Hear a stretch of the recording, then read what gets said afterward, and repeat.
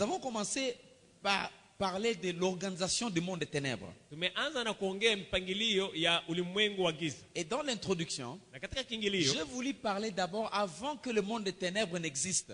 nilitaka kusema kwamba mbele ulimwengu wa giza iwepo, Il y avait deux mondes. ulikuwa ulimwengu Le mbili, monde spirituel ulimwengu wa kiroho et le monde physique. na ulimwengu wa kimwili. Et le monde spirituel, c'était un monde contrôlé par Dieu. Na ulimwengu wa kiroho ilikuwa ulimwengu ambao ulikuwa unatawaliwa na Mungu. Et dans Genèse 1:1, nous avons dit hier, Na katika Mwanzo moja tulisema jana, c'est Dieu qui est au top, c'est Dieu qui est tout, c'est Dieu qui est l'initiateur et créateur de tout. Mungu ndio yuko katika vyote, niko juu ya vyote, na muumbaji wa vyote, niko katika vyote. Et quand vous regardez, Na ukitazama, il a créé les cieux aliumba au mbingu pluriel kwa wingi et la terre. na dunia. Quand il y a cieux au pluriel, Wakati kuna mbingu kwa wingi, donc ce n'est pas seulement un seul ciel. maana yake haiko mbingu moja. Donc si vous voulez trouver en profondeur, allez aux médias. Kama unataka kujua hiyo kwa undani, uende uombe ile mafundisho pale Et puis kumedia. nous avons dit Na tumesema que l'homme a désobéi à Dieu. kwamba mwanadamu alikataa kutii Mungu. Et avant de passer par là, Na mbele ya nous kupitia avons hapo, dit que l'homme a été créé. tumesema kwamba mwanadamu ameumbwa. L'homme a été créé Mtu ameumbwa pas sur la terre. hapana Il a duniani, été créé au ciel. aliumbwa mbinguni. Et là, nous avons lu Genèse 1:26. Na hapo tumesoma Mwanzo 1:26. Et nous avons dit que Dieu créa, 27, pardon. 27. 27, Dieu créa l'homme à son image. Mungu akaumba mtu kwa mfano wake, Il le créa à l'image de Dieu. akamfuna kwa sura ya Mungu, Il créa l'homme et la femme. akaumba mwanaume na mwanamke. Et nous avons établi une vérité Na tumetambua ukweli que beaucoup de gens auront difficile à comprendre. kwamba itakuwa vigumu kwa wengi kuelewa Que l'homme, kwamba mtu d'abord, a été créé kwamba ameumbwa mais au ciel mbinguni avant d'être sur la terre. mbele aje duniani. La deuxième chose que nous avons trouvée ici, Cha pili ambacho tumekutana hapa, c'est que quand on dit créa l'homme et la femme, sema kwamba alimuumba mwanaume na mwanamke. cette phrase est arrivée à la fin. Il y a un point. Ile msemo imefika mwisho, kuna nukta. L'homme a existé déjà. Mwanadamu tayari alikuwepo. Il y a les amis qui sont à la protocole. Na marafiki wako hapo protokoli. Karibu papa. Ah. Protocole, ils veulent aussi suivre l'enseignement. Ils oublient. Ils veulent suivre l'enseignement aussi, voilà. C'est bien. Donc au fait, quand l'homme a été créé, Wakati mtu aliumbwa directement, mara moja il a existé. Mais alikuwepo. il a existé au ciel. Alikuwepo mbinguni. Et la Bible est claire. Na Biblia iko wazi. Verbe créer, Neno ile kuumbwa au présent, c'est il crée. kwa sasa ni kuumba. À venir, c'est il créera. Ujio Futur, c'est il créera. akaumbaka. Au passé, c'est il créa. Iliyopita akaumba. Donc ça nous montre là, Yaani inatuonesha arrivé au point, alipofika pale kunukta, l'homme a déjà existé. tayari mtu alikuwepo.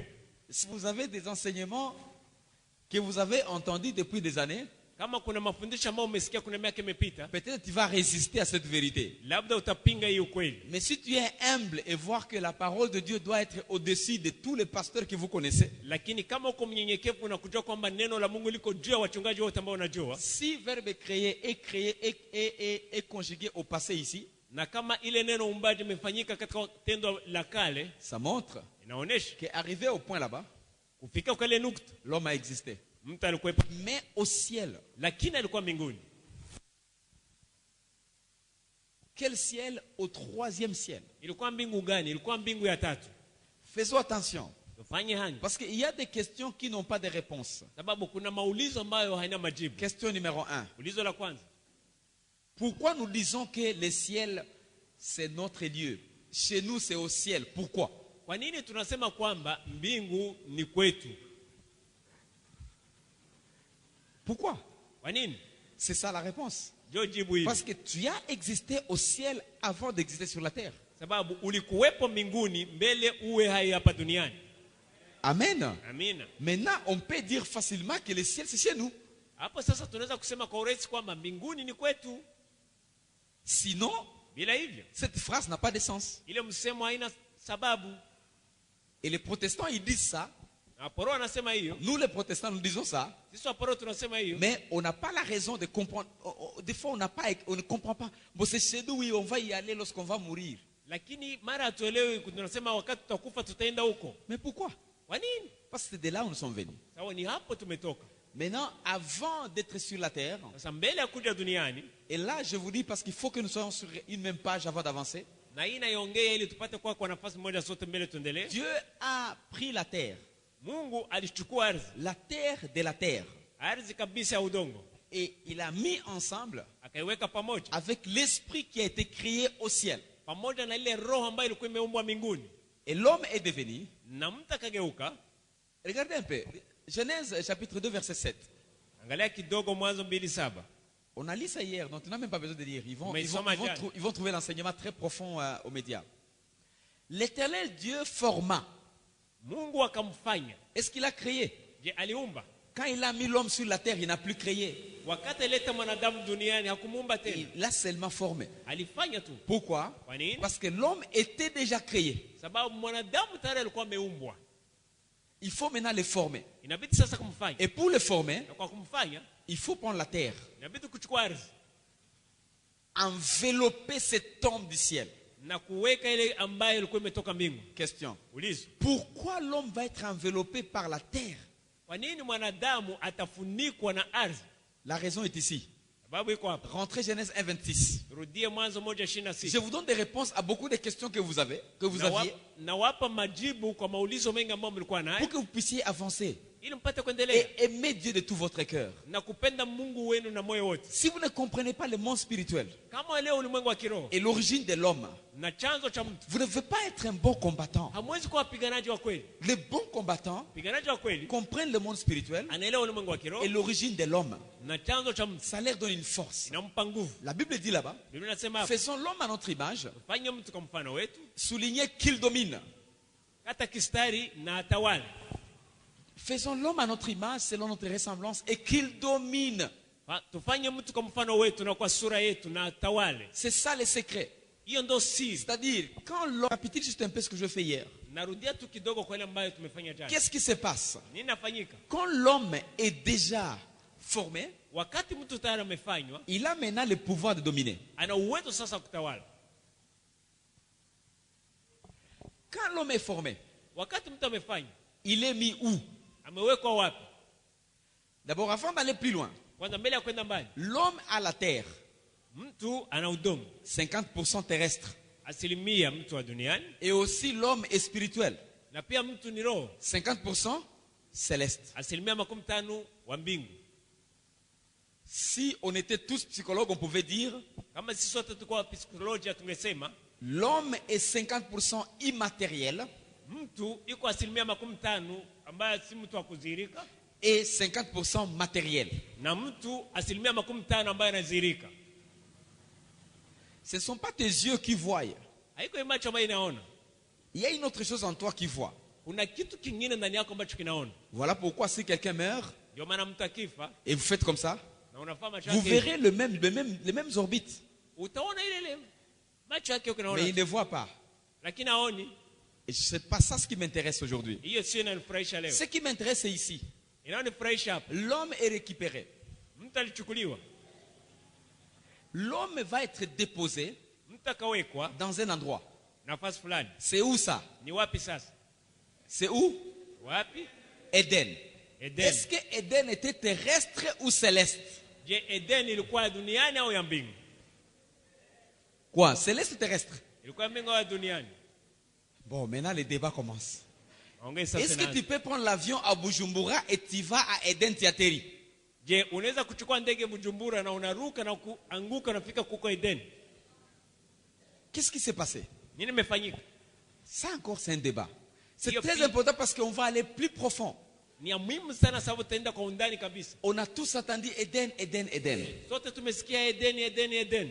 Genèse 2, Mwanzo 2 verset 8 jusqu'au verset 15. aya 8 hadi 15. C'est très intéressant. Nafurahisha. J'aime quand j'enseigne sur l'origine de l'homme, création de l'homme, établissement de l'homme. Je me sens bien. Napenda wakati nafundisha chanzo cha mwanadamu, uumbaji wa mwanadamu, na hisi vizuri. Parce que beaucoup de chrétiens, Sababu Wakristo ce wengi sont les choses qui les ont ratées. ndio vitu ambavyo Ils wanakupata. aiment aller au ciel, Wanapenda kwenda mais ils ne mbinguni, savent pas qu'ils sont venus de là. lakini wako huko. Regardez ce que dit le verset. Angalia Biblia Puis inasema, l'Éternel Dieu un jardin en Éden du côté de l'Orient et il y mit l'homme qu'il avait formé. Bwana Mungu akapanda bustani upande wa mashariki wa Edeni, akamweka ndani yake huyo mtu aliyemfanya. Verset 9. Kayatisa. L'Éternel Dieu fit pousser du sol des arbres de toute espèce agréables à voir et bon à manger, et l'arbre de la vie au milieu du jardin, et l'arbre de la connaissance du bien et du mal. Bwana Mungu akachipusha katika ardhi kila mti unaotamanika kwa macho ya kufaa kwa kuliwa, na mti wa uzima katikati ya bustani, na mti wa ujuzi wa mema na mabaya. D'abord une chose. Kwanza kitu kimoja. Non, rentrez verset 9, papa. Rudia aya 9. Puis la création. Tangia uumbaji, Dieu n'avait pas planifié que l'homme vive dans la connaissance. Mungu hakuandaa kwamba mwanadamu aishi katika ujuzi. Les plans de Dieu Mpango wa Mungu était que l'homme ilikuwa kwamba vive dans quoi? Nous en avons parlé hier. aishi Innocence. katika kutokuwa na hatia. Innocence. Kutokuwa na hatia yote. Innocence signifie, c'est comme un bébé. Ni kama vile mchanga. Tu manges ou tu ne manges pas, Ukule wala ukuli, tout est pourvu. yote ipo. Tu as besoin, tu pleures, Na anajonalia, tout est là. yote iko. Donc ça, c'était l'innocence. Hiyo ndio ilikuwa hali C'était ambayo le plan de Dieu pour l'homme. ilikuwa ndio mpango wa Mungu kwa mwanadamu. Mais l'homme Lakini mtu n'a pas voulu l'innocence. hakutaka hiyo hali Il a ambayo été manipulé par Satan. alitumia vibaya na shetani, Et l'homme a commencé à vouloir vivre dans quoi? na mtu akachukua Dans la... Voilà pourquoi. ya ujuzi. Voilà pourquoi. Ndio sababu Tout ignorant kila yote ambaye hajui n'a pas de place. hana nafasi. Tout ignorant n'a pas de Kila place. mtu ambaye hajui hana nafasi. Nous sommes dans un monde de connaissance maintenant. Tuko katika ulimwengu sasa wa ujuzi. Nous sommes dans un monde de connaissance. Tuko katika ulimwengu wa ujuzi. Donc si vous n'avez pas la connaissance, Yani kama una ujuzi, en tout cas vous n'avez pas de place. yani hauna nafasi. Vous n'avez pas de place. Hii si nafasi. Alors qu'est-ce qui se passe là-bas? Hii inafanyika sasa. L'homme fait le choix Mwanadamu akapa de uchaguzi manger les fruits, kula tunda de connaissance de bien et du mal. na ujuzi wa mema na mabaya. Et j'ai donné un exemple pratique hier. Na nileta mfano wa wazi jana. Si vous venez du village Kama unatoka kijijini et vous touchez les courants, na unagusa umeme, même si hata kama vous ne saviez pas que c'était le courant, haukuwa unajua kwamba ni vous umeme, n'étiez pas informé que vraiment ça tue. haukuwa unajua kwamba kweli hii inaua, J'ai posé cette question ici. niulize ulizo hiyo. Vous allez mourir ou non? Je, utakufa wao utakufa? Vous allez mourir. Pourquoi? Utakufa kwa nini? Parce que les ignorants n'ont plus de place depuis que l'homme a quitté l'innocence. Sababu wale ambao hawajua wajinga hawana nafasi tena kwa tangia mwanadamu alitaka ujuzi. Parce que l'homme a voulu Sababu mwanadamu alitaka la connaissance. ujuzi. L'homme a voulu la connaissance. Mwanadamu alitaka ujuzi. L'homme a voulu la connaissance. Mwanadamu alitaka ujuzi. Maintenant là, vous trouverez, Hapo takuta sasa beaucoup d'entre nous, wengi kati yetu nous ne voulons pas connaître. hatutaki kujua. Et le plan de Satan, Na mpango wa shetani c'est mettre les gens dans l'ignorance. ni kuweka watu katika kutokujua. La différence Utofauti entre les gens qui progressent kati ya watu ambao et les wanaendelea gens qui ont stagné, na wale ambao waendelee c'est la connaissance. ni ujuzi. La différence Utofauti entre là où tu es kati ya nafasi ulipo et là où tu veux être, na nafasi ambayo unataka kwenda c'est la connaissance. ni Il ujuzi. y a des choses que tu ne connais pas maintenant. Kuna vitu ambavyo haujui Mais sasa, une fois que tu les connais, lakini siku utajua, ta vie est déclenchée. mara moja maisha yako yanageuka. Amen. Amina. Donc les ignorants n'ont pas de place. Yani wale ambao wajua wana nafasi. Dis au voisin, les ignorants n'ont pas de place. Aidez-moi à dire à voisin. Pas de place. Les Ambia ignorants jirani n'ont yako, pas de place. wale ambao wajua wana nafasi. Et c'est comme ça que vous trouvez Na ndivyo takuta des pasteurs, des wachungaji, évangélistes, des wainjilisti, grands serviteurs de Dieu. watumishi wakubwa wa Mungu. Prie. Naomba na wanaomba. Mais Lakini les pantalons sont troués. talo zinatoboka. C'est Dieu pourvoyeur. Ni Mungu ambaye anajibu. Notre Dieu pourvoit. Mungu wetu ambaye anajibu Notre mahitaji. Dieu bénit. Mungu ambaye Notre anatubariki. Dieu ouvre les portes. Mungu wetu fungua Mais milango. lui, c'est comme si toutes les portes sont fermées. Lakini kwake ni kama vile milango yote na La vie est bloquée complètement. na maisha yake yamefungwa Alors kabisa. qu'il prie. Na japo yeye Donc anaomba. le problème, c'est pas manque de prière. Yaani tatizo iko kukosa maombi. Mais est-ce que tu connais? Je, unajua? Amen. Amina. Amen. Amina. Si nous tous, on connaissait que ici, il y a de l'or, Kama tungejua kwamba hapa kuna dhahabu sote, nous tous, on serait riches. sote tungekuwa matajiri.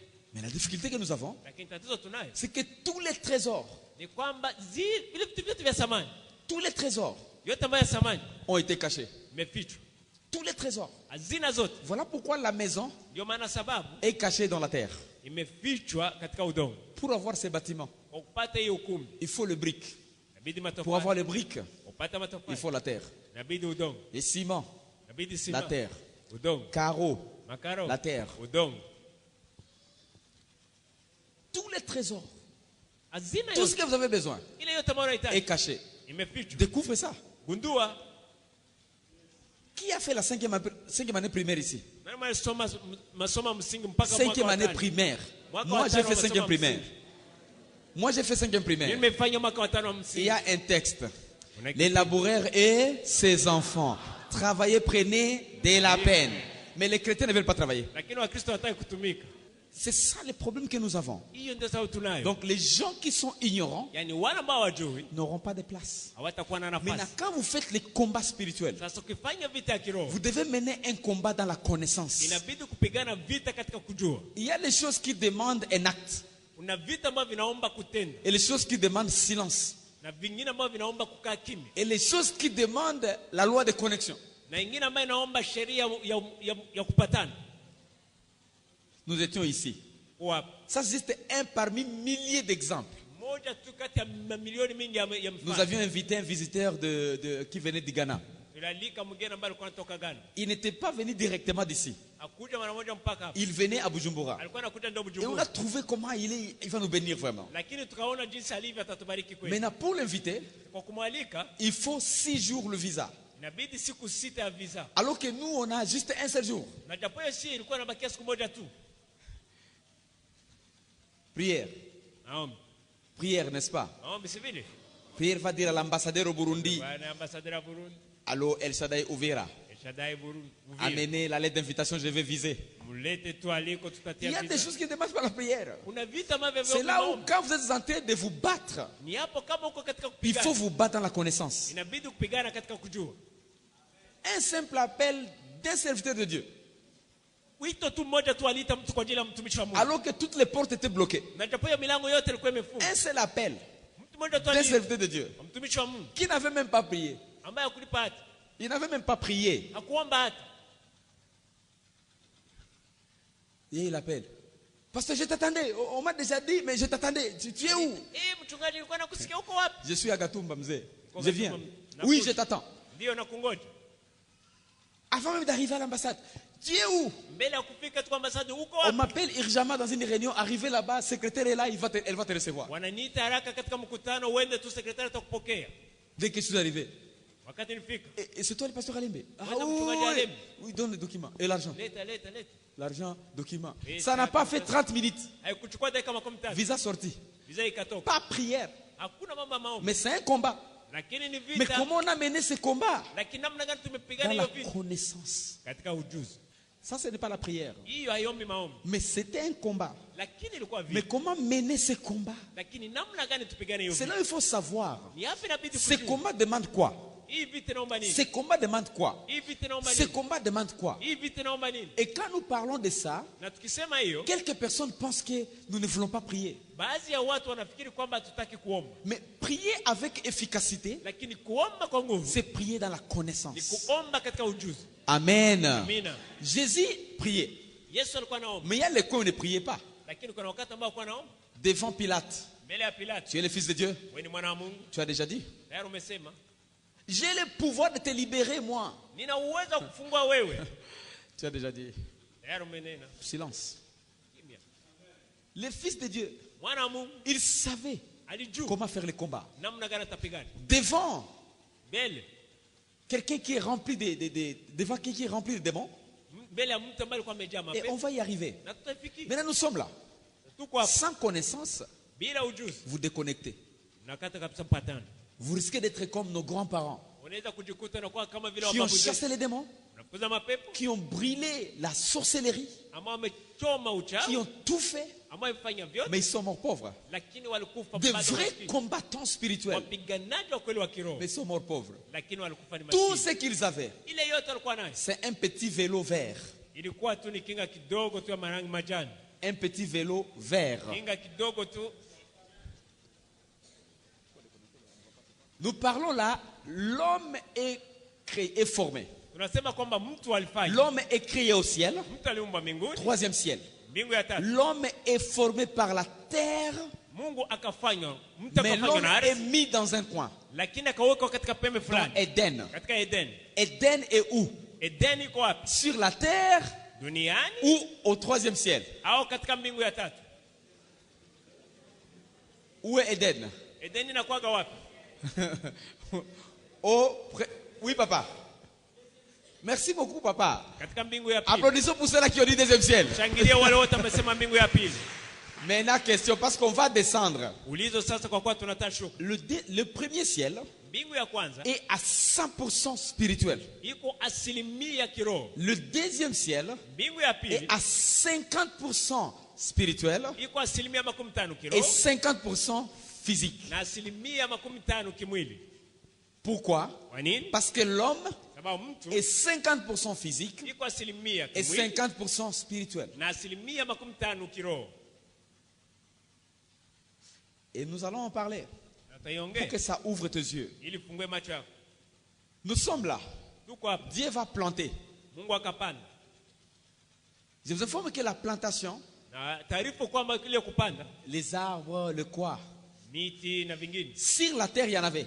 duniani Il y en avait. ilikuwepo. Vous connaissez comment il a restauré la terre dans Genèse 1. Mnajua namna gani ameuisha dunia katika Mwanzo mmoja? Vous connaissez. Ile yote mnajua. Mais sur la terre, il va encore, au deuxième ciel, il va encore planter. Lakini katika mbingu ya pili ilibidi tena apande upya. À l'orient, à l'est, Huko mashariki, à l'est. mashariki Il va planter pour Kapanda. mettre l'homme là-bas. ili kuweka mwanadamu hapa. Trouvez la réponse à cette question. Tafuta jibu kwa hiyo ulizo. Pourquoi aujourd'hui Kwa nini leo les gens voyagent watu wanasafiri pour aller chercher Éden? kwenda kutafuta Edeni Ils ne trouvent pas. hawaipati? C'est parce que Ni kwa sababu c'est à double dimension. ni kwa ngazi mbili. Éden est spirituel Edeni iko et kiroho aussi Éden était physique. na pia Edeni ilikuwa kimwili. Quand l'homme est tombé, Wakati mwanadamu alianguka, la partie spirituelle kipande ile ya kiroho est complètement voilée. ilifunikwa mara moja, Mais la partie physique lakini ile kipande ya kimwili est visible. ilibaki wazi. Et c'est là où on écrit dans la Bible. Na ni hapo anaandika katika On Biblia, descend verset 10. shuka aya 10. Un fleuve sortait d'Éden pour arroser les jardins et de là il s'est divisé en 4 bras. Ukatoka mto katika Edeni wa kutilia bustani maji, na kutokea hapo ikagawanyika kuwa vichwa 4. 11. 11. Le nom du premier est Pishon. C'est celui qui entoure tous les pays de Havila où se trouve l'or. Jina la wa kwanza ni Pishon, ndiyo unaozunguka nchi yote ya Havila ambapo kuna dhahabu. 12. L'or de ce pays est pur et il trouve aussi les bdellium et la pierre d'onyx. 12. Na dhahabu ya nchi ile ni njema, huko kuna bedola na vitu shoani. Le nom du second fleuve est Guion. C'est celui qui entoure tous les pays de Cush. Na jina la mtu wa tatu ni Gihoni, ndiyo inazunguka nchi yote ya Kushi. Cush, c'est la partie, c'est la descendance de Noé qui couvre l'Éthiopie, tout ça, toute cette partie jusqu'au Soudan du Nord. Kushi ni ile ambayo inatokana na Nuhu, ambayo inaanzia huko Sudan na mpaka huko Irlanda ya Mashariki. Donc vous comprenez Unaelewa que Éden kwamba physique, Edeni ya kimwili, son reflet sur la terre, nafasi kuzilika kwake duniani couvrait cette grande partie-là. ilikuwa inafunika ile nafasi kubwa yote, Mais son reflet céleste lakini kuzilika kwake kimbingu complètement perdu. ilipotea. C'est comme ça que tu ne peux pas voyager au Soudan et dire voilà Éden, voilà Éden. Ni hivyo huwezi kusafiri na kufika Sudan na kusema tazama Edeni sasa njoo hii. Même en Mésopotamie, en Iran, en Irak, voilà Éden. Huko Mesopotamia na Iraq na huko Iran wanasema ndio hii Edeni. Parce que la Bible dit Na Biblia inasema qu'il y a des chérubins kwamba kuna makerubi qui ont protégé la partie là ambao wamelinda ile et nafasi, la partie a été voilée. na ile nafasi imefunikwa. Pour y accéder, il faut quoi? Kwa kuifikia sasa inaomba Il nini? faut l'homme céleste, Inabidi mwanadamu ambaye ni l'homme wa mbingu, spirituel. mwanadamu wa kiroho. Je vais te répondre à une autre question que tu as. Nitakujibia ile ulizo ambao unayo. Si vous lisez la Bible, Kama unasoma vous Biblia connaissez qu'un jour Jésus reviendra na unajua kwamba siku moja Yesu atarudi pour enlever l'église. kwa kunyakua kanisa, Et l'église restera dans les airs. na kanisa litabaki katika mawingu. C'est où? Ni wapi? C'est dans les airs au 3e ciel Ni katika mawingu katika mbingu ya tatu, ou dans les airs mawingu comme Swahili dit mawingu? au ni katika mawingu? Ni wapi? Tunaona. Hii C'est mawingu, où? Ni wapi? Attention, précision c'est quoi? Uhakika ni nini? Jésus va prendre l'église Yesu atachukua kanisa Parce que l'église est spirituelle. sababu kanisa ni kiroho. Raison pour laquelle vous devez travailler votre vie tous les jours. Ndio maana inabidi kutumika maisha yenu kila Si siku. le Seigneur revient Kama Bwana et anarudi il nous trouve en flagrance des histoires, na nakutana katika mambo tofauti, nous allons rester. utabaki Je t'assure. na kuhakikishia. Non, on est né de nouveau. Comment on peut rester? Sema yeye tumezaliwa mara ya pili, tunaweza Oui, baki tu na es namna né gani? de nouveau. Ndio umezaliwa mara ya pili. Avant la mort, le Seigneur peut faire des choses. Mbele ya kifo unaweza kupima kufanya vitu. Avant la mort, le Seigneur peut faire des choses dans ton cœur. Mbele ya kufa Bwana anaweza kufanya kitu katika roho yako. Parce que quelqu'un qui est né de nouveau, Sababu yule amezaliwa mara ya pili, son cœur s'attend toujours à quelque chose. roho yake inahisi kila wakati Et il est assuré na ana uhakika qu'avant la mort, kwamba mbele ya le Seigneur restaure tous les cœurs. Bwana anauisha kila roho. Mais dans l'enlèvement, Lakini katika parce que kunyakuliwa, ce n'est pas la mort, sababu haiko c'est kitu, l'enlèvement de l'église. ni kunyakuliwa kwa C'est la kanisa, flagrance. itakuwa tu vitu vitafika na kunyakuliwa. Et là, Na hapo faisons attention. fanyani, Parce que s'ils ne sont pas prêts, kama tutakuwa tayari, on aura le temps d'en parler en profondeur. tutakuwa na muda wa kuongea kwa Ce qui undani. m'intéresse, c'est quoi? Inaonifurahisha nini? Ceux-là qui seront prêts, Wale ambao watakuwa tayari avec leur cœur disponible, na roho zao ziko les tayari, pardons tous les jours. msamaha kila Ce siku, sont des gens qui seront récupérés ni wale ambao et watachukuliwa qui vont être mis dans Éden. na ndio watawekwa katika Eden, C'est au deuxième ciel. ni katika Et mbingu nous ya allons pili, y rester pendant 7 ans. na watabaki huko muda wa miaka 7. Nous ne serons pas au troisième ciel, Hatutaingia katika mbingu ya tatu ni dans les nuages. au katika mawingu, Nous serons dans Éden là, tutakuwa katika Edeni qui huko est protégé par les anges. ambayo inalindwa na malaika. Ces anges vont ouvrir la porte Wale malaika watafungua milango et nous allons y rester na utakaa huko avec le Seigneur Jésus. Amen. pamoja na Bwana Yesu. Pendant Amina. 7 ans. Muda wa miaka C'est 7 très important. ya muhimu, Et je voulais insister là pourquoi? na nitaka kusisitiza hapo juu ya nini? C'est cet être spirituel là qui va partir. Ni hiyo kiumbe ambacho na kiroho ndicho kitaenda, Et quand vous allez ressusciter, na wakati ufuka c'est 1 Thessaloniciens 4, na Wathesalonike 4, votre corps mwili wako va être un corps glorieux. itageuka mwili wa utukufu. C'est le même corps que Adam avait dans Ni Éden ile ile mwili ambayo Adamu alikuwa nayo katika avant Eden, la chute. mbele ya maanguko. Voilà pourquoi nous allons revenir là-bas. Ndio maana utarudia huko. Jusque-là, ce n'est pas le jugement éternel. Mpaka hapo bado hukumu ya milele. Jusque-là, les gens qui sont morts dans les péchés ne seront pas ressuscités. Mpaka hapo waliokufa katika dhambi hawatafufuka. C'est le début de l'Antichrist. Itakuwa ni mwanzo sasa Antichrist. ya mpinga Kristo. Nous voyons que Éden Tunaona Edeni est 50% spirituel ni 50% et 50% physique. na 50% kimwili. Nous avons dit que lorsque l'homme tombe, Nasema kwamba wakati mwanadamu anaanguka, l'homme a tombé de l'esprit vers le corps. mwanadamu kutoka kiroho mpaka kimwili. L'homme a tombé Mwanadamu ameanguka de l'esprit vers le corps, kutoka kiroho mpaka katika mwili, de la lumière vers les ténèbres, lakini kutoka katika nuru kuingia katika giza, de l'intimité avec Dieu vers la recherche de Dieu, kutoka katika uhusiano wa Mungu na kufikia katika hali ya kutafuta Mungu, de la plénitude au manque. kutoka katika ile utele na kuingia katika ukosefu. C'est là où je me suis stoppé hier. Ni hapo nilisimamia jana, Mais une chose que je vais vous ajouter, lakini kimoja ambacho nitaongeza, l'homme est tombé de la foi mtu ameanguka kutoka imani au raisonnement ou agrément intellectuel. na kuingia katika hali ya kufikiri. L'homme vivait par la foi. Mtu alikuwa anaishi kwa imani, Il savait que tout ce que j'ai besoin est pourvu. alikuwa anajua kwamba yote ambayo anahitaji na majibu. Mais aujourd'hui, Lakini leo il faut que vous puissiez prouver l'homme inabidi udhihirishe mbele ya mtu, avant de croire que ça existe. mbele aamini kwamba ipo.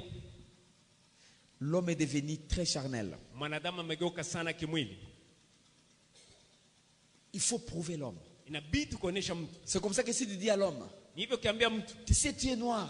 unajua uko mweusi, Il dit, oui, je suis noir. ndiyo niko mweusi, Mais en réalité, tu n'es pas noir. lakini kwa Mais ukweli uko mweusi. regarde-toi. Jiangalie, Prends un miroir, regarde-toi. Tu es noir. kamata kioo ujiangalie, uko mweusi. Comparez. Je suis noir. Imaanisha na hiyo, Ça, c'est uko noir. mweusi. Comparez-moi, je Ndio suis noir. mweusi. Je suis noir. Mweusi. Mais pourquoi tu m'appelles noir? Mbona ni si mweusi? Parce qu'on t'a dit que je suis noir. Sababu nimekuambia kwa wewe ni mweusi, Mais en réalité, je ne suis pas noir. lakini kwa ukweli mimi si mweusi. Ça, c'est un débat dans ton cœur maintenant. Et Hiyo sasa ni vita katika roho yako. ni kweli, ni bongo. C'est Mais vrai, regardez, c'est c'est faux. la couleur noire ça. Ni rangi nyeusi. Et regardez-moi. Na unitazama. Je suis noir. Kwa mweusi. Bah Victor, je suis noir. Je ne crois pas. Siamini. Et les frères, je ne crois pas s'il est noir. Regarde. Non, regarde un peu, regarde. Angalia kidogo. Regarde. C'est ça noir en fait. Hiyo ndio Mais, mweusi. mais tu vois sa couleur, c'est pas vraiment noir. Unaona rangi yake kweli si nyeusi kabisa. Aucune personne. J'ai vu les noirs au Soudan. Niliona weusi uko Sudan. Noir comme bleu. Mweusi kabisa kama vile blue. Il est noir foncé jusqu'à arriver presque bleu. Ni mweusi kabisa karibuni kuwa kama blue. Là vous dites, naona noir et ça. Hapo nasema j'ai vu les noirs vraiment. Mais franchement, vous n'êtes pas noir. Regardez, vous n'êtes pas Lakini noir. kwa ukweli amuko weusi. Amen. Amina. Donc nous avons quitté de la foi vers l'agrément intellectuel. Yaani tumetoka katika mambo ya imani na kuingia katika mambo ya kufikiri. Si je ne vois pas, Kama sioni, ça n'existe pas. haiko Si manake. je n'écoute pas, Kama sikii, ça n'existe pas. manake haiko Si je hapo. ne touche pas, Kama sigusi, ça n'existe pas. manake haipo. Maintenant, Sasa nous avons deux royaumes alors. tuna falme mbili sasa. Les royaumes des ténèbres Ufalme wa giza ou de Satan. au wa shetani. Là, nous pouvons maintenant continuer. Hapo sasa Et tunaendelea le royaume de Dieu na ufalme wa ou Mungu de Jésus. au wa Yesu. Mettez en contraste. Muitie pamoja kupimanisha. Mettez juste ligne au milieu, côté et côté. Tia kistari katikati ngambo moja na ngambo ingine. Chaque royaume Kila ufalme a un premier besoin. na kitu cha kwanza ambacho ni haja. Besoin d'un roi. Haja mfalme. Chaque royaume a besoin d'un roi. Kila ufalme na haja mfalme. Et le roi, Na mfalme dans le royaume des ténèbres, katika ulimwengu wa giza c'est Satan. ni shetani. Dans le royaume de lumière, Katika ulimwengu wa nuru c'est qui? ni nani? C'est parole égale. Ni neno. Merci, Ni c'est Yesu. Jésus. Ni Yesu. Et écrivez au côté Satan, écrivez Colossiens 1:13. Na andika kwa ngambo ya shetani wa Kolosai 1:13 Et pour côté Jésus, écrivez Colossiens 3:1-17. na kwa ngambo ya Yesu andika wa Kolosai 3:1-17. Chaque royaume Kila ufalme a des caractéristiques. ina tabia zake. Numéro 1, Kwanza c'est le roi. ni mfalme. Numéro 2, Ya pili, dans chaque royaume, katika kila ufalme il faut un territoire où le roi doit régner. kuna nafasi ambayo mfalme lazima atawale. Satan règne où? Shetani anatawala wapi?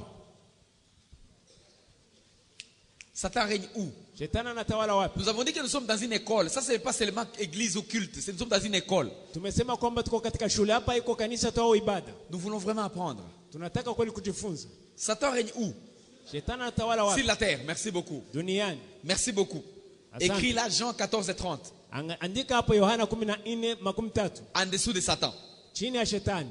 Et de l'autre côté, l'autre ligne, Na kwa ngambo ingine, ngambo ya Yesu. Jésus règne où? Yesu anatawala wapi? Où?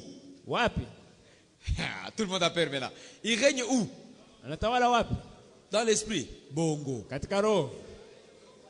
Jésus règne où? Yesu anatawala wapi? Maintenant, regardez. Nous sommes des combattants, Tuko wapiganaji, mais nous ne savons pas lakini hatujui où règne notre roi. ni wapi mfalme wetu anatawala. C'est là où quand tu pries, Ni hapo kiombo na au nom de Jésus, au nom de Jésus. Yesu. Kwa jina Quand la il y Yesu. a une souris qui passe, mais toi tu es combattant. Sasa wewe uko Tu mpiganaji. es quel combattant? Uko mpiganaji gani? Pousse la kukimbiza. Les chats te chassent. Les chats. Pusi na ukimbizi. Parce que c'est pas là où règne notre roi. Sababu ujui ni wapi mfalme wako anatawala. Il règne où? Anatawala wapi? Il règne. Écrivez Jean 18. Andika Yohana 18. Tu vas méditer à la maison, je ne vais pas lire. Tatafakari nyumbani. 36 à 37. 36 hadi Notre roi 37. règne au ciel et sur la terre. Mfalme wetu anatawala mbinguni na Il duniani. règne partout. Anatawala kila nafasi. Satan règne dans un coin. Shetani anatawala ngambo moja. Amen. Amina. Pour qu'un royaume soit royaume, Kusudi ufalme wa ufalme, il faut qu'il y ait des citoyens. inabidi kuwe wa raia. Et les citoyens du royaume des ténèbres sont qui? Na maraia wa ulimwengu wa giza ni nani? Sont qui? Ni nani? C'est faux. Les citoyens terrestres du monde des ténèbres. Wa raia wa duniani wa ulimwengu wa giza ni nani? Les païens. Dites aux voisins, les païens. Et yo, tu vois maintenant, nous sommes avec les citoyens de ce monde-là et nous marchons sur la même route. C'est là où vous êtes combattants, mais les gens qui vous combattent sont à vos côtés. C'est très important de savoir. Nous aurons le temps d'aller en profondeur avec ça. Et les citoyens du monde de lumière sont sont wako les chrétiens, pas des musulmans, pas des bouddhistes. hapana Buddhist. Bon, ça devient lourd maintenant. Ça devient lourd. Les citoyens du monde de lumière. Waraia ambayo ni wa ulimwengu wa nuru. Les citoyens qui savent que Waraia ambao wanajua notre roi c'est kwamba Jésus. mfalme wetu ni Yesu. Ce sont ceux-là Ni wale qui sont citoyens de ce royaume là-bas. ambao ndio waraia wa ulimwengu hiyo. En plus, Zaidi ya pour qu'un hiyo, royaume soit royaume, kusudi ufalme wa ufalme, il y a aussi la loi. kuna sheria. Chaque royaume doit avoir les lois quoi. Kila ufalme lazima iwe na sheria zake. Et les lois Na et sheria. principes pour le royaume des ténèbres, c'est quoi? Kanuni au sheria za ulimwengu wa giza ni nini? C'est quoi? Ni nini? C'est quoi? C'est quoi? Ni nini? C'est quoi, pardon? Coutume. Bon, ça peut être une chose, mais oui, c'est une partie, mais d'abord en globalité. C'est quoi? Kwa ujumla. Quoi? Les péchés. Quoi? Loi du royaume des ténèbres, c'est le mensonge. Dis ton voisin mensonge. Mensonge. Parce que mensonge a beaucoup de choses. Uongo na vitu vingi. La culture peut être mensonge. Utamaduni unaweza kuwa Mensonge uongo. peut être mensonge. Uongo unaweza kuwa uongo. Des histoires peut être mensonge. Vitu fulani inaweza kuwa uongo. Tout ce que tu vois, ce qui n'est pas vrai, peut être mensonge. Ile yote unaona ambayo siku inaweza kuwa uongo. Ce sont des lois du monde des ténèbres. Ni sheria ya ulimwengu wa giza. Et vous allez trouver que la religion fait partie du mensonge. Na utakuta kwamba dini ni mojawapo ya uongo. Et ça aide à l'extension du royaume des ténèbres. Na inasaidia sana kupanua ulimwengu wa giza. Nous allons y arriver. Il y a Tutaifikia. des démons qui donnent le pouvoir à la religion. On va y arriver. Kuna mapepo ambayo yanaleta uwezo kwa dini. Et pour le royaume de Dieu, Na katika ufalme wa Mungu, c'est quoi, Papa Justin? C'est la parole ou l'évangile. Dis ton voisin l'évangile. l'évangile, La vérité. ukweli, Le pouvoir. uwezo. Parce que chaque royaume doit avoir un pouvoir. Sababu kila ufalme lazima iwe na uwezo. Le pouvoir pour le royaume des ténèbres, c'est l'illusion. Uwezo katika ulimwengu wa giza ni mchanganyiko. Mais le pouvoir pour le royaume de Dieu, c'est victoire. Na uwezo katika ulimwengu wa Mungu ni ushindi. Chaque royaume doit avoir une destinée. Kila ufalme lazima uwe na mwelekeo. Destinée pour le royaume des ténèbres, c'est l'enfer. Mwelekeo wa ulimwengu wa giza ni kuzimu. Et destinée pour le royaume de Dieu, c'est où? Na mwelekeo katika ulimwengu wa C'est Mungu au ciel. ni mbingu. Chaque royaume doit avoir des envoyés. Kila ufalme lazima na wale ambao wametumwa. Les envoyés pour le royaume des ténèbres, ce sont les démons. Watumwa wa ulimwengu wa giza ni mapepo. Et pour le royaume de Dieu, ce sont les anges. Ufalme wa Mungu ni malaika. Je te mets au défi ce soir. Na kutia changamoto jioni hii. Choisis pour qui tu vas servir. Chagua ni nani utatumikia. Vous comprenez déjà les deux royaumes. Unaelewa tayari falme mbili.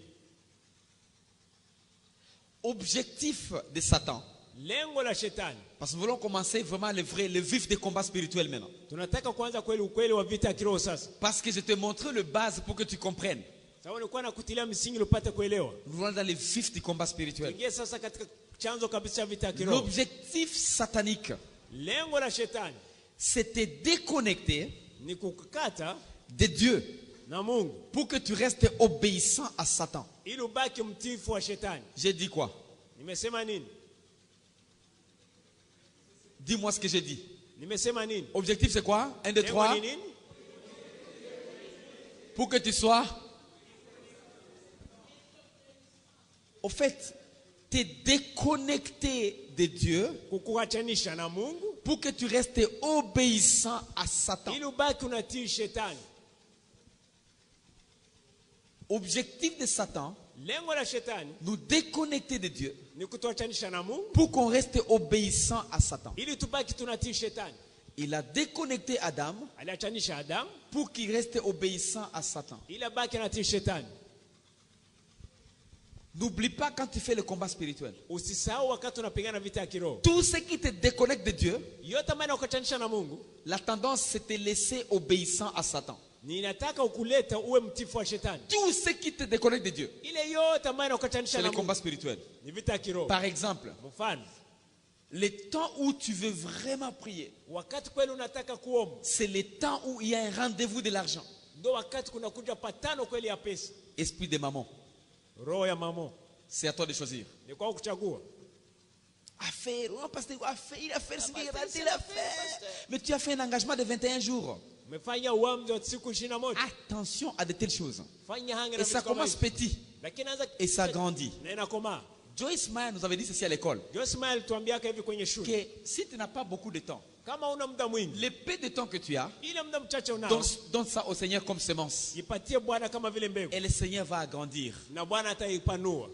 Mais un grand problème que nous avons, Lakini tatizo kubwa tunalo, nous avons beaucoup de temps de foi tuna muda mwingi et on mara, n'a même pas le temps qu'on donne au Seigneur. lakini hatuna muda mdogo wa kupatia Et Bwana, Satan en profite na shetani pour donner anaitumia encore beaucoup de choses pour que nous puissions ne pas avoir le temps pour ili Dieu. apate kutupatia na vitu vingi ili tusiwe na muda kwa ajili ya Bwana.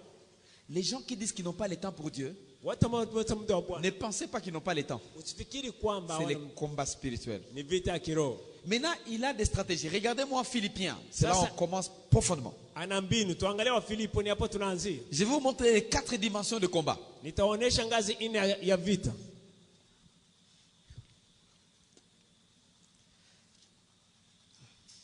Philippiens 6:12. Wa Filipi 6:12. Maintenant, on commence les vifs. Tunaingia sasa Les vifs, les profondeurs des ndani choses. sasa. Ndani sasa wa vita. Là, ouvrez vraiment vos yeux parce que sinon, vous allez rater. Ufungue macho kabisa, bila hivyo unaweza kupoteza. La Bible, non, c'est 6:12, mon ami. Wa Filipi Philippiens 6:12. Philippiens chapitre 6, verset 12. Wa Filipi sura ya 6 aya 12. Il faut comprendre les combats. Regardez maintenant. La Bible dit, ah, tu es où? Ça traîne, c'est quoi? Éphésiens chapitre 6, verset 12. Wa Efeso 6:12. Tu peux lire, mon ami. Tusome 12. Car Kwa nous maana- n'avons pas à lutter contre la chair et le sang. Kwa maana kushindana kwetu si juu ya damu na nyama. Stoppez. Qu'est-ce que la Bible nous dit? Biblia inasema nini? La chair, c'est quoi? C'est ça. Mwili ni nini? Et le sang, c'est là. Na damu iko Ce n'est hapo. pas là où il y a notre combat. Hapo sio nafasi vita yetu ilipo. Vous avez vu des gens porter des trainings? Unaona watu wanavala training? Il faut voir. Satan aujourd'hui va voir. Leo Je shetani suis moi. atapata. Non, je suis en colère, il va voir. Nasirika ataona. Et des fois, nous développons même des techniques terrestres. Na mara tunafanya hata mbinu za duniani. Et les gens qui parlent bien anglais, lingala, connaissent bien ça. Na wala waongea Lingala vizuri. Parce qu'avec wanajua les termes, tu bouki, tu fais quoi, et ils se connaissent bien. Donc, tu bêtis, tu bouki, tu quoi. Donc, les gens qui parlent bien lingala, ils connaissent ces termes-là. Parce que c'est bien parler en lingala. Ni vizuri sana kusema kwa Les Lingala. swahiliphones ne comprennent pas trop là. Waswahili hawaelewi Mais les vizuri. lingalaphones connaissent Lakini bien. watu wa Lingala wanajua vizuri. Tu bouki, les termes Karachnikov spirituel, Kofi ya kiroho. tu jeté, tu cassé, tu brûlé. Et tout ça. Na ile yote.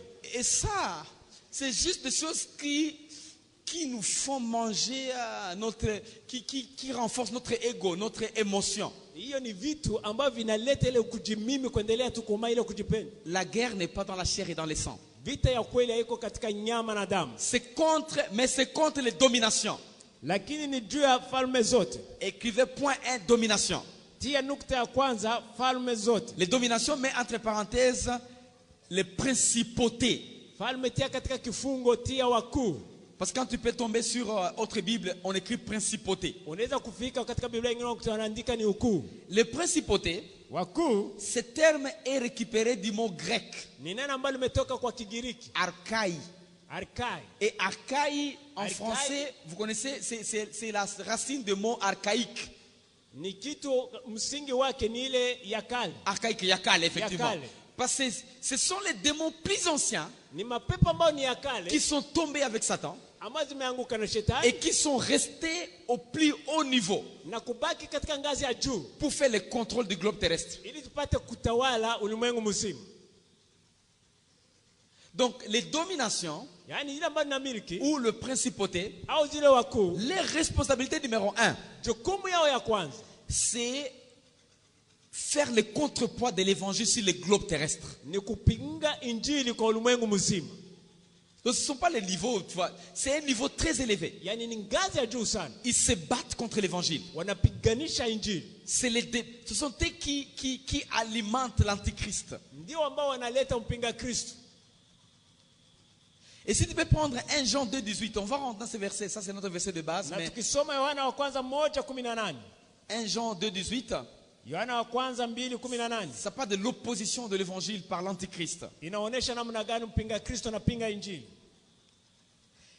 Donc il y a des choses dans les principautés. Yaani kuna vitu viwili katika ukuu. Esprit d'antichrist Roho ya mpinga et Kristo esprit de maman. na roho ya mamo. Exemple. Mfano, Quand on dit esprit de maman, ukisema roho ya mamo, l'amour de l'argent à un niveau très élevé. ile kupenda pesa ni kwa ngazi ya juu sana. Ne vous en faites pas. Lakini Tous msijali. les enfants du monde, Wana wote wa ils ulimwengu aiment l'argent comme tu ne peux pas croire. wanapenda pesa namna ambayo huwezi kujua. Si tu donnes quelque chose comme ça, la femme va dire, ah non. Ukimpa kidogo atasema acha. Mais donner 1000 francs à un enfant. Lakini patia mtoto 1000. Hey, comment cet enfant va acheter ça? Va acheter quoi avec ça? Mtoto tauza nini na hii? Ça, c'est l'esprit des mamans qui circule sur le globe terrestre Hii ni roho ya mama ambayo inazunguka katika ulimwengu et soutenue par le principauté na inashikiliwa na hiyo mamlaka et l'esprit d'antéchrist. na roho ya mpinga Kristo. La Bible dit, Biblia inasema petits enfants. watoto wachanga. Ça, c'est Jean, les disciples de Jésus, qui parlent à l'église. Hii ni Yohana ambaye alikuwa anaongea, ni mwanafunzi wa Yesu, alikuwa anaongea na kanisa. C'est la dernière heure. Ni saa ya mwisho. Et comme vous avez appris qu'un antichrist vient, Na kwa kuwa mnajua kwamba mpinga Kristo anakuja, il y a maintenant plusieurs antichrists. hata sasa wapinga Kristo ni wengi. Par là, nous connaissons que c'est la dernière heure. Kwa sababu hiyo tunajua ya kuwa ni wakati wa mwisho. Attention, ici, Hapa c'était à 30 après Jésus-Christ. ilikuwa miaka 13 nyuma ya Yesu Kristo. Donc l'esprit d'antichrist, Yaani roho ya mpinga c'est Kristo tout esprit ni roho ile qui yote va à l'encontre du message du vrai évangile. ambaye inapinga, inaenda kinyume ya injili ya kweli. Parlons la vérité ici. Tuseme ukweli hapa. Excusez-moi. Je Mnisamehe. ne dis pas parce que je suis pasteur de cette église. Sisemi kwa sababu niko mchungaji wa Il y a kanisa des hili. églises qui savent Kuna makanisa ambayo yanajua kuwa que même si tu es né de nouveau, hata kama umezaliwa mara ya si tu pili, ne fais pas les œuvres, kama ufanye matendo tu fulani, n'es pas né de nouveau. bado hujazaliwa mara ya pili. Il y a des gens qu'on leur dit, Kuna watu wanaambiwa tu es voleur. Il vient. uko mwizi. Je suis voleur, moi. Niko mwizi mimi. Non, non, non, non, non. Va d'abord. Uende kwanza. Laissez les vols. Wache wizi. Laissez la fornication. Wache uasherati. Laissez de mentir. Wache kudanganya. Laissez la bière. Wache pombe. Laissez toutes ces choses là-bas. Wache ile Et vyote. puis venez au Seigneur. Kisha njoo uje kwa Bwana. Jésus n'a jamais enseigné ça. Yesu hajawahi Jésus a dit, Yesu amesema, venez avec vos fardeaux njooni na mizigo et yenu je vous donnerai du repos. na nitawapumuzisha.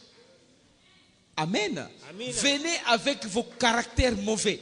Njooni na zile Venez tabia zenu avec mbaya. la bière. Njooni na ile Venez mapembe. même si vous êtes nus. Njooni hata kama Avec mko les uchi. mini-jupes, des chipettes que vous avez. Amenez-les au Seigneur. Il vous donnera du repos. Atawapa pumziko. Amen. Amina. Parce que vous êtes ce que vous êtes. Sasa mko jinsi ulivyo. Parce que vous ne comprenez pas les saluts. Sababu hauelewi Vous wokovu. ne comprenez pas l'amour de Dieu. Hauelewi upendo wa Mungu. C'est comme ça que l'église bloque les gens à venir à Jésus. Ndivyo kanisa inazuia watu kuja kwa Yesu. Au lieu que l'église ouvre les portes pour que tout le monde vienne et trouve la restauration. Kuliko kufungua milango ili wote waje na wapate kuhuishwa. Maintenant, à vérifier. Sasa Tu chunguza. prêches quel évangile? Unahubiri injili gani? Soit tu as collaboré avec l'esprit de dominion ou de principauté. Unatumika na ile roho ambayo ina milki au ya mamlaka. Tout esprit de critique Ile roho yote ya pour kusengenya décourager la croissance du royaume de Dieu kwa kuvunja ufalme wa Mungu kuendelea. est appuyé par les dominions. Inasindikizwa na hiyo mamlaka.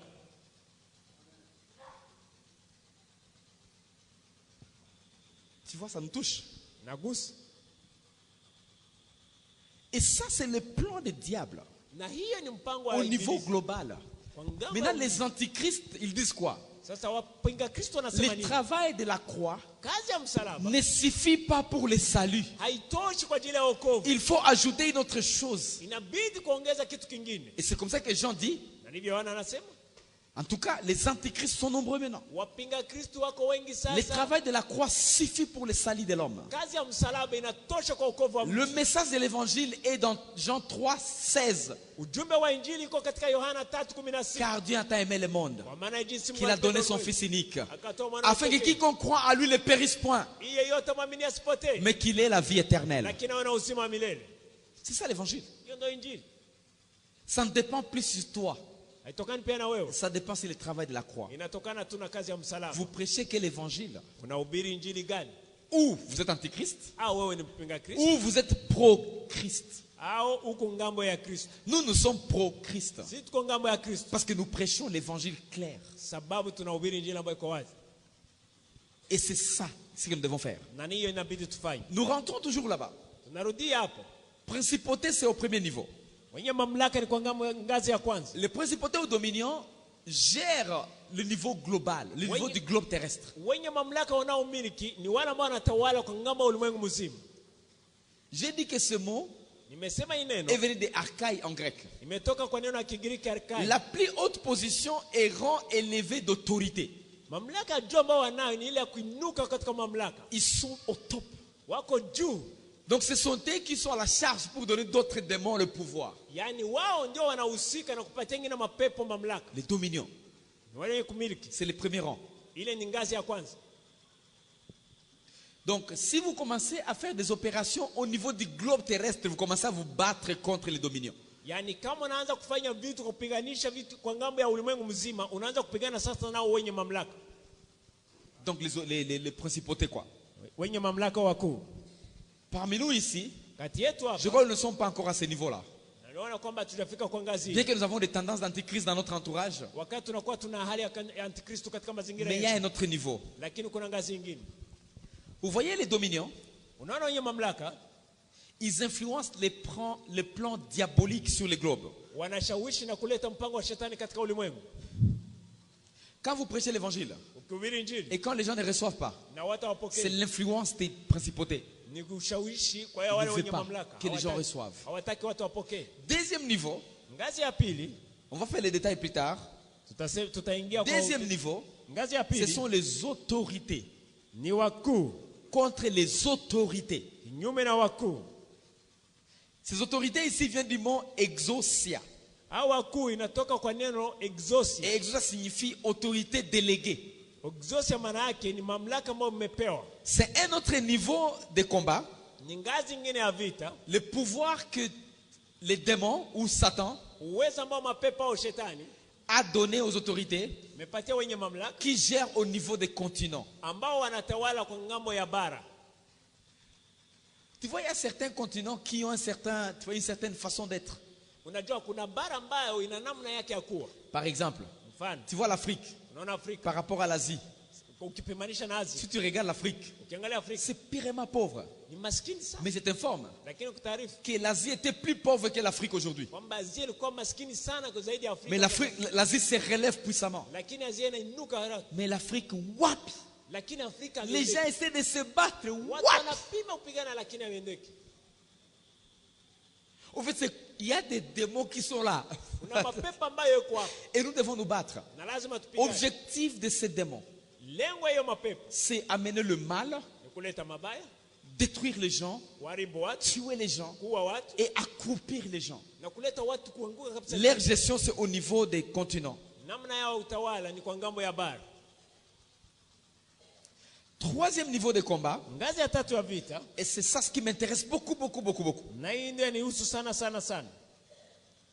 Ce sont les princes de ce monde des ténèbres. Ni wakuu wa ulimwengu wa giza. Ces princes, Hawa wakuu le terme prince vient du mot grec cosmokrateros. imetoka katika Kigiriki Lisa, cosmokrateros. Cosmokrateros. Cosmokrateros. Cosmokrateos. Good. C'est très bien. Et cosmokrateros est divisé en deux mots. Na cosmokrateos imegawanyika kwa maneno mawili. Cosmos Cosmos et kratos. na kratos. Cosmos signifie ordre ou organisation. Cosmos maana yake mpangilio, Organisé. kupanga, Arrangement. kupanga vizuri. Kratos signifie fraîche, puissante. Kratos maana yake ambayo iko mpya, ambayo ina uwezo. Étymologiquement, Kimaneno, et là je parle aux gens peut-être qui sont un peu éduqués pour suivre l'étymologie. na hapo naongea na watu ambao wana elimu fulani ili wapate kuelewa hiyo maneno. Ramenons à la base. Turudie kwa msingi. Dans chacune des personnes ici, Katika kila mtu hapa nous pouvons devenir des militaires. tunaweza kugeuka jeshi, N'est-ce pas? sivyo? Nous tous. Sote Donc nous avons un pouvoir qui n'est pas exploité. tuna uwezo maana yake ambayo haikutumika.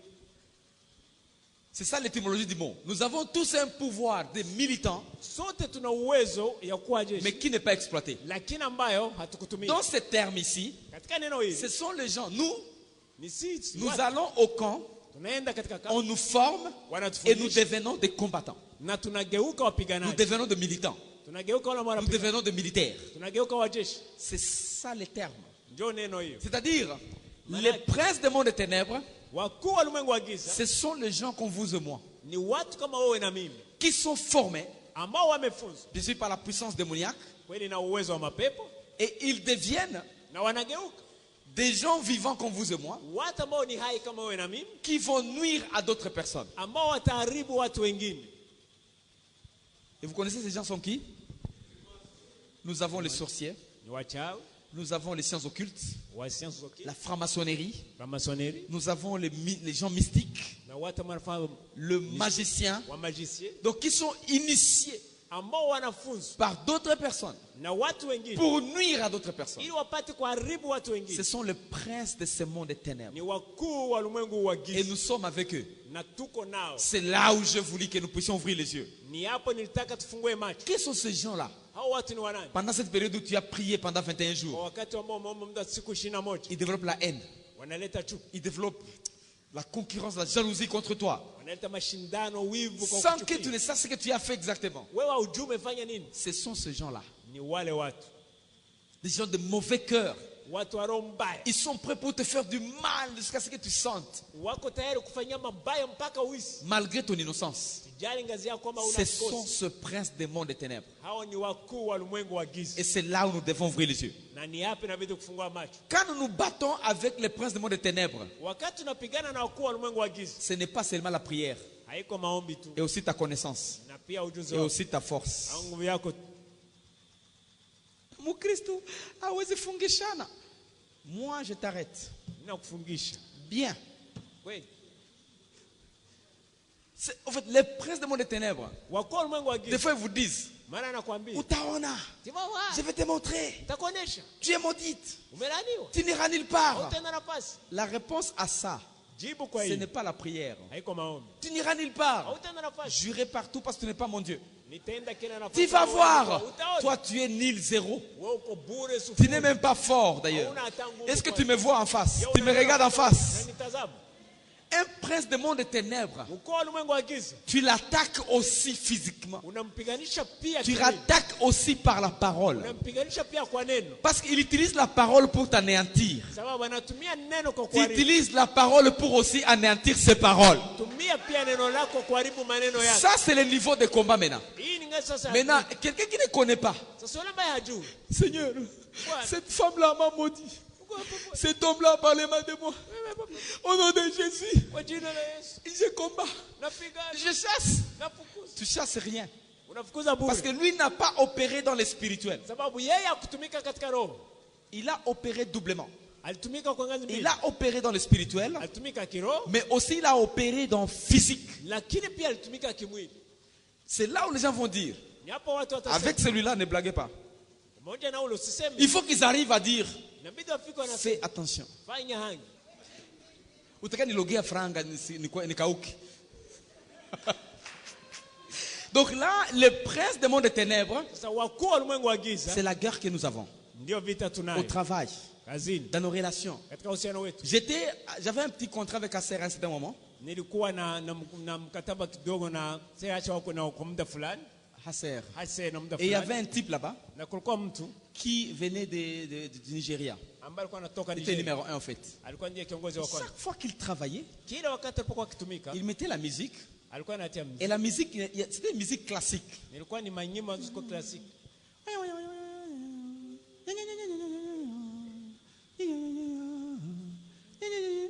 Et je travaillais dans le même bureau avec lui parce que c'était un contrat de 3 mois. Na alikuwa anatumika katika ofisi moja na sasa alikuwa mkataba wa miezi 3. Ce type, tout le monde qui venait travailler là-bas, Kila mtu aliyekuja kutumikia le soir, jioni, mot de tête impossible. kichwa inaluma sana. Mais le type est bien. Lakini jamaa ni sawa. Et j'ai commencé à remarquer, Nikaanza kutambua l'ami, mot de tête. urafiki. L'autre ami, mot de tête. Na mwingine kichwa na Moi-même, des fois, je ne me concentre pas en fait. mara na mimi kweli si Quand je vais dans un autre bureau, nikiingia katika ofisi je me nyingine, concentre, je produis vraiment, je fais des résultats. fanya kweli matokeo mazuri. Mais dans ce bureau, Lakini kile ofisi non, je ne me concentre pas. asifanyi vitu ipasavyo. Et tu vois, ce sont des choses que j'ai étudiées. Na ni vitu ambavyo nimesoma. Et j'ai parlé de Jésus un jour. Na siku moja nikamwongelea Yesu. Je parlais de Jésus. Nikaongea Yesu. C'est ce qu'il m'avait dit. Unajua ameniambia? Vous êtes encore trop jeune. ungali kijana, Vous êtes encore trop jeune. ungali kijana. Et j'ai compris. Nikaelewa. C'est très important de connaître. Ni ya muhimu sana kujua. Si je ne connaissais pas, Kama je peux singe effectivement penser que je suis trop jeune. ningefikiri kweli niko kijana. Mais tu es sûr que je suis trop jeune? Unauka kwamba niko kijana? Tu vois, les gens vont... et là, ils vous montrent qu'ils maîtrisent l'endroit. Na hapa nakuonyesha kwamba natawala ile nafasi. Et j'ai commencé à prier parce que lui ne parlait pas négativement des gens, non. Nikaanza kuomba. Sawa yeye alikuwa anasema maneno J'ai mabaya. commencé à prier. J'ai dit, je ne veux plus quitter ce bureau. Sitaki tena kutoka katika ofisi. Je vais mener maintenant les combats. Je sais que c'est un prince de monde des ténèbres. Nilijua kwamba ni wakuu wa ulimwengu wa giza. Et j'ai commencé à mener les combats Nikaanza kupiga des vita confessions. ya ukiri. Même au bureau, Ile ofisi je travaille. J'ai natumika. dit au nom de Jésus, Nasema kwa jina la toute Yesu. puissance des ténèbres, Uwezo wote wa toute giza. puissance des Maïkari, Uwezo wote wa toute maikari. puissance des Rose-Croix, Uwezo wote wa toute moto. puissance des Freemasons, Uwezo wote toute wa puissance des choses qui ne viennent pas de toi, Seigneur. ile uwezo wote ambao itokana na wewe Parce qu'il Bwana. lui disait, est-ce que je peux prier? Nimwambia Et il jeneza me disait, kuomba. tu peux prier. Naweza kuomba. Et là, je suis là. Na hapo niko hapa. Lui, il est là. Je suis ici. Et je priais à haute voix. Nasema kwa sauti kuu. Il ne faut pas prier à voix basse. Hapana kuomba na sauti. Quand tu sais que tu veux anéantir le monde des princes, Kama unataka kuharibu wakuu wa ulimwengu en wa fait, c'est un prince. ni mkuu. Un prince, il existe. Mkuu yuko. Il te voit, tu le vois. Anakuona na unamuona. C'est comme ça que beaucoup de chrétiens, ils perdent le terrain parce qu'ils ne comprennent pas. Ndivyo Wakristo wengi wanapoteza nafasi yao sababu waelewe. Tout est prière. Yote ni maombi. Ça, c'est un prince. Huyu ni mkuu. Il doit écouter la confession. Lazima sikie maneno na kiri. Et je travaille Tumika au nom puissant de Jésus. kwa uwezo wa jina la Yesu. Et je suis parti. Ça fait, Ouais. même chaque jour que je travaillais là-bas, je faisais ça. Parce que lui, sa musique continuait. Sababu yeye nyimbo zake zilikuwa zinaendelea. Et moi, Na mimi non, moi, prier continuait. mimi nilikuwa naendelea. Parce que je savais que la musique était une façon de maîtriser l'endroit. Nilikuwa Je najua savais. kwamba hizo nyimbo ilikuwa namna ya kutawala ile Parce nafasi. que la musique contamine. Sababu ile nafasi inaendelea. C'est comme kutawala ile vague. nafasi. Tu vois, vague? Ni kama vile C'est comme ça que les vents marchent. C'est comme ça que la musique marche. Pour contaminer. Upate kumiliki. Pour contaminer. Et pour maîtriser. Na kuweza Il faut kutawala. savoir ces choses. Inabidi kujua Et kitu. moi, j'ai aussi commencé à parler. Na mimi naanza pia kwa kusema. Je n'ai pas de musique, moi. Sina maimbo mingi. Sur mon ordi, je sais qu'il y a Dan Moen et les autres. Katika ordinateur yangu kulikuwa ndani mwa na Mais wengine. moi, c'est la parole maintenant. Lakini mimi ni Le neno. sang de Jésus. damu La ya Yesu. croix de Jésus. Msalaba wa Et je Yesu. parle. Na nikaneni. Et 3 jours après, Nyuma siku tatu. la femme de ménage est venue me dire, Yule mtumishi wa pale akaja akaniambia. chef wa pente kwa tumikia mbiro yake aliniambia kama kwa tumikia mwingine biro. Le chef ne veut plus à ce que travaille dans son office. Eh, c'est ni fa nini? Qu'est-ce que j'ai fait? Non, c'est you, aliniambia tu viens comme parce que je venais souvent avant et la femme ouvrait et je commençais à travailler. Je ne sais pas pourquoi il a dit ça. Sababu nilikuwa nakuja mara mbele na ule mwanamke anafanya vitu naanza kutumika. Ça, ndatumikia seta chini basi. OK, tu peux travailler même. Les bureaux qui est à côté de DGM là-bas, bureau qui est à côté de DGM. Ile ofisi ambayo iko karibu ya Ces DG bureaux là. Ile ofisi. C'est bon. Naye anasikia. OK, ila Tu vois, asante. le sang de Jésus est très puissant. Amen. Yesu na uwezo. Est très puissant. Amina, ina uwezo. Mais il faut seulement savoir comment vous naviguez. Jua kwa namna gani unatumika. Je n'avais pas terminé les 3 mois. Tukumaliza miezi tatu. Non, non. Hapana. Pas terminé les 3 mois. Tumaliza miezi tatu. J'avais seulement fait 1 mois et demi. Nifaa mwezi mmoja tu na On nusu. m'avait payé l'argent de 3 mois. Wakanilipa pesa miezi. Mais mon boulot est fini. Na kazi yangu kaisha. Hey. Alors que c'est là où j'avais quitté Oxfam. Na hapo nilikuwa nimetoka Oxfam. Je cherchais un autre boulot. Nilikuwa natafuta kazi. Et j'avais trouvé ce petit contrat là-bas. Nikapata ile mkataba kidogo. tu. Ikakatikia munji. Ça a été fini au milieu. Le sang de Jésus Damu ya Yesu est fort. ina nguvu. Mais il faut savoir comment tu mènes ton combat. Lakini inabidi kujua namna gani unapigana vita Parce qu'il est temps. Kwa kuwa muda unatimia. Maintenant, on va aller en détail Tenda sasa kwa dans le uchache. prince du monde des ténèbres. Katika wakuu wa ulimwengu wa giza. On recrute les gens. Wanaajiri Dans watu. tous les mouvements qu'on te recrute Katika kila kundi ambao et wanaajiri. on te forme. Na wanakufundisha. Regardez au niveau de nos familles. Angalia katika familia zetu. La fille qui est mariée. Binti ambaye anaolewa. Par exemple, ma belle-sœur ici. Mfano huyu Elle ne connaît rien. yangu ajui chochote. Elle ne connaît rien. Ajui chochote. Par exemple, une tate va venir du village. Ndio mtata mmoja atatoka Et va kijijini. commencer à dire, Anaanza kumwambia. unaona bumayani huu unasaidiaka sana Saide zaidi saa bwanako haiko Situka ndio tomani pala. unasaidiaka sana. Saide beaucoup. On commence à vous initier Wanaanza kufundisha sans le savoir. bila kujua. Sans le savoir. Bila kujua. On utilise ton ignorance. Wanatumia On kutokujua. commence à construire des pyramides Wanaanza kujenga vitu dans ndani tes yako. pensées Katika mawazo sans yako. le savoir. Bila kujua. Même au niveau des amis. Hata katika marafiki. Venons ici. njoo. Et des fois, on t'amène au bar. Mara uchukua katika On t'amène à makabari différentes choses na vitu vingine wanakupa qui vont nuire à ta vie. ambao vitaharibu maisha Afin que tu puisses être le prince du monde des ténèbres. ili upate kuwa mkuu wa ulimwengu wa giza. Tu vois une fille, Unaona binti toute la journée elle marche. mchana wote Toute la journée elle dort. mchana analala, Toute la journée elle dort. mchana wote analala. 21h. Saa 3 La fille de l'église, binti wa kanisani Mini, anachukua elle est jipesa là, avec vraiment cola. na kola, La fille de l'église. Tu circules, unazunguka 22h moins. Ça, Saa c'est la fille de l'église. binti wa kanisani, Yesu. Yesu, la fille de l'église. binti wa kanisani Et on ne la voit pas la journée. mchana aonekana yake. Soir. Elle ne sait pas qu'elle est en train d'être initiée à être une princesse du monde des ténèbres. Hajui kwamba yuko anafunzwa kuwa mkuu wa ulimwengu wa giza. Parce qu'elles sont partout. Sababu wako kila nafasi. Et ce sont ce prince ici Na ni hawa wakuu qui pénètrent même dans l'église. ndio wanaingia pia hata katika kanisa. Maintenant, on est avec des princes et des princesses Sasa tuko na wakuu qui disent qu'ils sont nés de nouveau, ambao wanasema wamezaliwa mara alors qu'ils ne sont pas nés de nouveau. na japo yeye hakuzaliwa mara Ils aident l'extension du royaume des ténèbres wanasaidia kupanua ulimwengu wa giza pour bloquer la croissance du royaume de Dieu. ili kuzuia kuendelea kwa ufalme wa Mungu. Demain, on va toucher encore plus profondément. Kesho tutaingia kwa undani tena. Et on va toucher l'autre niveau. Mais je vais d'abord terminer demain le prince de monde ténèbres parce que ce n'est pas terminé. Kesho tutamaliza kwanza hii wakuu wa ulimwengu wa giza. Nous allons voir les catégories des princes maintenant et des princesses. Tutaangalia sasa utofauti wa wale wakuu Dans nos familles, il y en a. katika familia Et zetu. on va toucher au niveau familial, Tutaenda kwanza katika familia, au niveau culturel, pia katika pour utamaduni ouvrir vos yeux. ili kufungua macho Il y en yetu. a ces gens-là. Una Tu watu vas wale trouver quelqu'un dans la famille, na ukutana mtu katika n'a familia rien, ana mais chochote tellement arrogant. lakini anajaa jeuri. Moi j'ai dit, Mimi nimesema mais tu, oh nani bwana, je suis une princesse, un prince, wewe ni mkuu sans le savoir comme ça. Quelqu'un qui n'a rien, bila mais kujua chochote. c'est comme si il incarne ou elle incarne une certaine autorité, tu ne peux pas comprendre. Ni kama vile ana mamlaka fulani ndani yake ambayo huwezi kuelewa. Il faut bien savoir. Inabidi Même dans kujua. nos bureaux, Hata katika ofisi il n'a même pas position. hana hata Mais quand il uwezo, passe, c'est comme un chef. lakini anatembea kama vile ndio kiongozi. Tu as quoi toi en toi? Wewe una nini? Tu as quoi toi en toi? Una nini wewe? Ce sont les princes et princesses de Wale Monténègre. ni wakuu wa ulimwengu wa giza. Ces gens-là, ce qu'il faut faire, Wale watu wanafanya nini? exposez-les en public. Ni kuadhirisha hadharani.